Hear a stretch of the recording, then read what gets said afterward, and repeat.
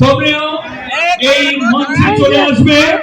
আমরা এখনই প্রথম গীতা পাঠ দিয়ে শুরু করব, তারপরে বক্তব্য হবে।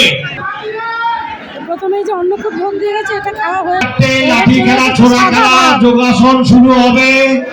যারা অংশগ্রহণ করছো তাদের কাছে বলছি, তোমরা সাদা ভাত পড়ছে, রেডি হয়ে থাকবে। পৌনে 4টে এখানে তারপরে ডাল দিয়ে গেছে ভাতের সঙ্গে। ডালের পরে আসছে তরকারি, তরকারিটা কিসের সেটাই দেখার। সব এখানে যেহেতু ঠাকুরের প্রসাদ, অনেক তো লাবড়া দিয়ে গেছে,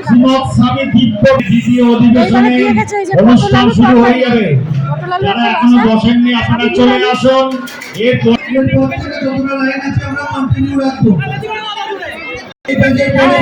চাটনি পড়ে গেল তাতে, একদম কাঁচা আমের চাটনি। এই যে পায়েস পড়ে গেছে, তারপরে পাতে এই যে একটা করে মিষ্টি, তার সাথে এই যে লেডিকেনি দিয়েছে একটা একটা, একদম গরম। এই প্রসাদ আমাদের।